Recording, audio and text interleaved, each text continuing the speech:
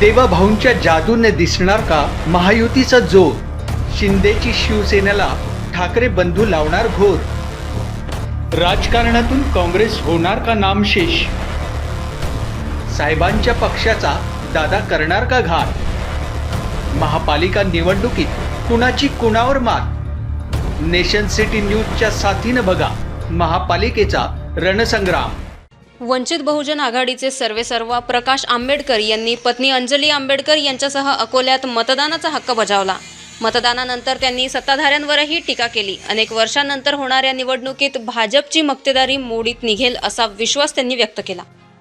यावेळेस या सर्व महानगरपालिकेच्या निवडणुका बघतोय ते भारतीय जनता पक्षाची दादागिरी 10 वर्षांनंतर मोडते असं दिसतंय.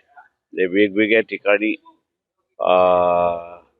लोकांना आता असणारा वन पार्टी रूल बीजेपी जे करायला मागते त्याच्या विरोधात मला असणारं दिसतंय आणि लोकांना मल्टी पार्टी सिस्टम पाहिजे हे एकंदरीत व्यक्त होतंय. आणि कुठल्याही पॉलिटिकल पार्टीला एक महानगरपालिका एक हाती मिळेल असं होणार नाही.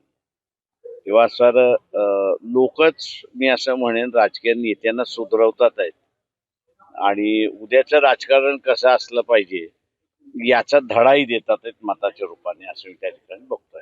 असं का होतं? एका बाजूला असताना पैसा वाटप केला जातो हेही बरोबर आहे आणि दुसऱ्या बाजूला लोकच पैसे वाटप करणाऱ्या उमेदवाराला जे वाटप करतायत त्यांना हाकलतात आहेत असंही चित्र आहे.